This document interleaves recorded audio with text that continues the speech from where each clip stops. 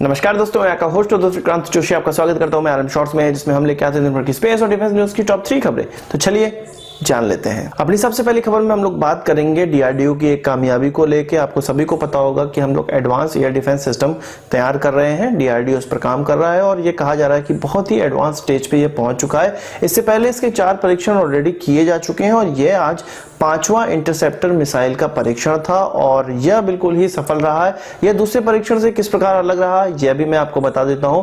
पिछले जितने भी परीक्षण थे उसमें एक ही टारगेट दिया जाता था, एक ही डमी टारगेट दिया जाता था हमारे इंटरसेप्टर मिसाइल को और केवल उसी को नष्ट करना होता था। पर यहाँ पर कई टारगेट दिए गए, इलेक्ट्रॉनिकली एक टारगेट को लॉक किया गया और उसी को नष्ट किया गया टारगेट की तरह। इस मिसाइल का भी परीक्षण हर मिसाइल की तरह अब्दुल कलाम आइलैंड पे किया गया, जो कि उड़ीसा की कोस्ट पर स्थित है और लगभग 11 बजे सुबह इसका परीक्षण किया गया। इस परीक्षण में लॉन्ग रेंज रडार और मल्टीफंक्शन फायर कंट्रोल रडार का इस्तेमाल किया गया। लॉन्ग रेंज रडार का इस्तेमाल इनिशियली टारगेट को डिटेक्ट करने में किया जाता है जब यह टारगेट जमीन से उड़ना स्टार्ट करता है, यानी कि कोई भी बैलिस्टिक मिसाइल कहीं जमीन से दागी जाती है, जो ये रडार होता है वो उसको डिटेक्ट कर लेता है और पूरे पाथ में इसको डिटेक्ट करता रहता है। उसके बाद सारी डिटेल, उसके पाथ की डिटेल फायर कंट्रोल रडार को दे देता है और तब जाके फायर कंट्रोल रडार इसको नष्ट करता है या टारगेट को एक्वायर करता है। तो इसमें जितने भी इंगेज रडार थे वो सब बिल्कुल सही से काम किए और ये पूरा परीक्षण सफल रहा है। और इस परीक्षण के सफल होने से एडवांस एयर डिफेंस सिस्टम को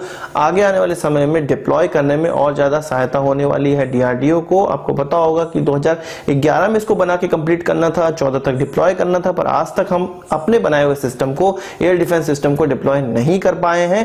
पर अब ऐसा लगता है कि डीआरडीओ थोड़ा सीरियस हो गया है इस मामले में और सारे परीक्षण एडवांस स्टेज में पहुंच चुके हैं। कुछ ही समय लगेगा, मुझे लगता है कि 2 या 3 साल लगेंगे हमारे home grown air defence system को डिप्लॉय होने में। आपको एक खबर जरूर याद होगी कि फ्रेंच की स्पेस एजेंसी एरियन स्पेस से एक हमारा सैटेलाइट लॉन्च होने वाला था जिसका नाम था GSAT-11 और यह लगभग 5.7 टन का सैटेलाइट होने वाला था, जिसको भारत लॉन्च करने की कैपेबिलिटी नहीं रखता है। इसलिए फ्रांस की एक कंपनी को इसका कॉन्ट्रैक्ट दिया गया और फ्रेंच गुआना से इसका लॉन्च होना था। पर GSAT-6A में जो पावर फेल्योर हुआ था, कहीं वही पावर फेल्योर इसमें ना हो जाए, इस कारण से इसको वापस बुलाया गया था ठीक लॉन्च से पहले, जो कि मई 2018 में होना था। और फिर इसरो ने इसको पूरी तरह से जांच परखने के बाद फिर से एरियन स्पेस से संपर्क किया कि फिर इसको लॉन्च किया जाए और उसने कहा कि नवंबर 2018 में इसको लॉन्च किया जा सकता है, पर उसके लिए एक टर्म कंडीशन रख दी है। एक तरह से आप इसको ब्लैकमेलिंग कह सकते हैं, जो कि इसरो को एरियन स्पेस कर रही है। उसने कहा है कि 2 ऐसे सैटेलाइट जो इसरो आने वाले समय में लॉन्च करने वाला है, जिसका नाम है GSAT-30 और 31, दोनों ही सैटेलाइट का वजन 2.5 टन का होने वाला है और बाद में इसको अपग्रेड करके 3 टन का कर दिया गया। मतलब अब जो यह सैटेलाइट लॉन्च होगी वो 3 टन की ही होगी। तो एरियन स्पेस कह रहा है कि इन दोनों सैटेलाइट को लॉन्च करने का भी कॉन्ट्रैक्ट एरियन स्पेस को दे दे इसरो, तभी जाके वो उनका ये जो GSAT-11 वाला सैटेलाइट है उसको वो लॉन्च करेगा। और ये जो GSAT-30 और 31 है, इसको लॉन्च करने के लिए लगभग 950 करोड़ रुपए, 950 करोड़ रुपए एरियन स्पेस मांग रही है। आपको मैं बता दूं कि इसरो ने GSAT-30 और 31 को बनाने के लिए ओवरऑल 960 करोड़ रुपए अलॉट किए थे और अब फिर से स्पेस कमीशन से इसरो मांग रही है 950 करोड़ रुपए एक्स्ट्रा इस लॉन्च के लिए।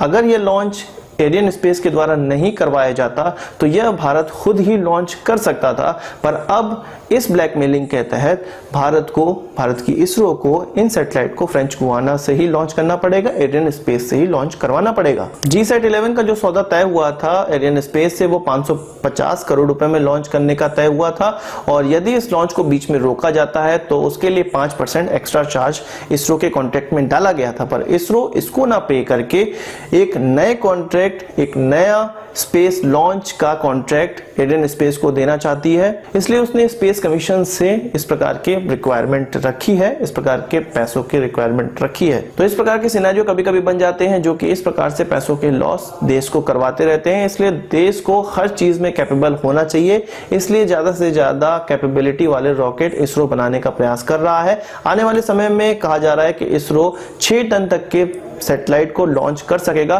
फिलहाल में उसको दूसरी स्पेस एजेंसी के सामने ही हाथ फैलाना पड़ेगा या उन पर ही निर्भर रहना पड़ेगा।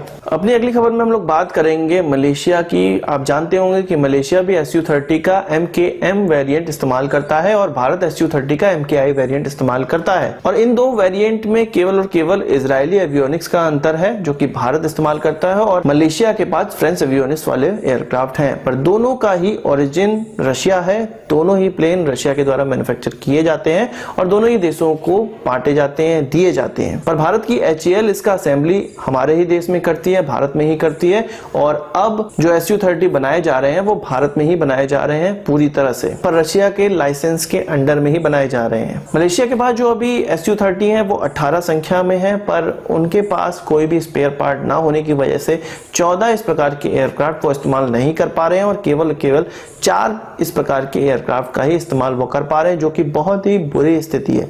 भारत में भी Su-30 की बहुत अच्छी स्थिति नहीं है, लगभग 65% एयरक्राफ्ट का ही हम इस्तेमाल कर पाते हैं, क्योंकि रशिया से हमें इतने ज्यादा उसके स्पेयर पार्ट नहीं मिल पाते हैं या HAL को उतने स्पेयर पार्ट बनाने की अथॉरिटी नहीं है। ये मैं आपको बता दूं कि इन प्लेन के कुछ ऐसे स्पेयर पार्ट होते हैं जो कि हमें केवल और केवल रशिया से खरीदने पड़ते हैं, मलेशिया को भी रशिया से खरीदने पड़ते हैं, या विश्व की ऐसी कोई भी देश जो कि Su-30 का इस्तेमाल करता है उसे रशिया से ही खरीदने पड़ते हैं। मलेशिया अब यहाँ पर सोच रहा है कि भारत को कुछ स्पेयर पार्ट का कॉन्ट्रैक्ट दे दिया जाए, हालांकि उनको हर स्पेयर पार्ट रशिया से खरीदने हैं, पर उनके टर्म एंड कंडीशन में कुछ चेंज करवाना चाहता है मलेशिया, और भारत को कुछ स्पेयर पार्ट के कॉन्ट्रैक्ट देना चाहता है। आपको पता होगा कि मलेशिया की एयरफोर्स को भारत ने ही सिखाया है प्लेन उड़ाना, Su-30 उड़ाना, और किस प्रकार से इसके हार्डवेयर का रखरखाव करना है, किस प्रकार से इसके सॉफ्टवेयर का रखरखाव करना है, किस प्रकार से पूरे प्लेन का रखरखाव करना है। ये सारी चीजें भारत ने ही मलेशिया को सिखाई है, इसलिए वो इन पे ज्यादा ट्रस्ट करता है, भारत पे ज्यादा ट्रस्ट करता है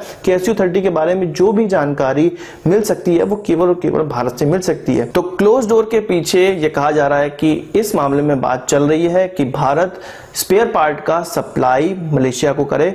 भले ही HAL स्पेयर पार्ट का सप्लाई मलेशिया को करेगा, पर इससे बहुत ज्यादा फायदा भारत को नहीं होने वाला है, HAL को नहीं होने वाला है, क्योंकि ये लाइसेंस प्रोडक्शन होगा और पूरा का पूरा पैसा रशिया को ही जाएगा। केवल हमें मैन पावर का फायदा हो पाएगा या हमें रोजगार थोड़ा सा मिल पाएगा। दोस्तों, 3 खबरों के बाद अपनी बोनस खबर की बात कर लेते हैं, और बोनस खबर हमारे अमेरिका की तरफ से आ रही है। उनकी कांग्रेस ने भारत को जो व्यूवरशिप मिलने वाली थी, रशिया पे जो सैंक्शंस लगे हैं और हम S-400 उससे नहीं खरीद पा रहे हैं, इस पर व्यूवरशिप भारत को मिलने वाली थी और उसका मसौदा पास हो गया है उनकी कांग्रेस में, उसका बिल पास हो गया है। अब केवल और केवल इसको व्हाइट हाउस जाना है, डोनाल्ड ट्रंप से साइन होना है, और यह लॉ बन जाएगा कि भारत रशिया से सैंक्शन के समय भी कोई भी हथियार खरीद सकता है। तो ये बहुत ही खुशी की बात है कि एक बड़ी कामयाबी भारत को मिल गई है। हो सकता है अक्टूबर तक इसकी डील भी फाइनल कर दी जाए, जो कि $5 बिलियन की होने वाली है। तो आज की इस वीडियो के लिए बस इतना ही। आशा करता हूं आपको वीडियो पसंद आएगा और आप इसको बड़ा थम्स अप जरूर देंगे। इस वीडियो संबंधित कोई सवाल सुझाव तो कमेंट बॉक्स में जरूर लाइएगा, और यदि आपने हमारे चैनल को सब्सक्राइब नहीं किया उसे भी कर लीजिए, क्योंकि हम इस प्रकार की वीडियो लाते रहते हैं। नमस्कार, थैंक यू, जय हिंद।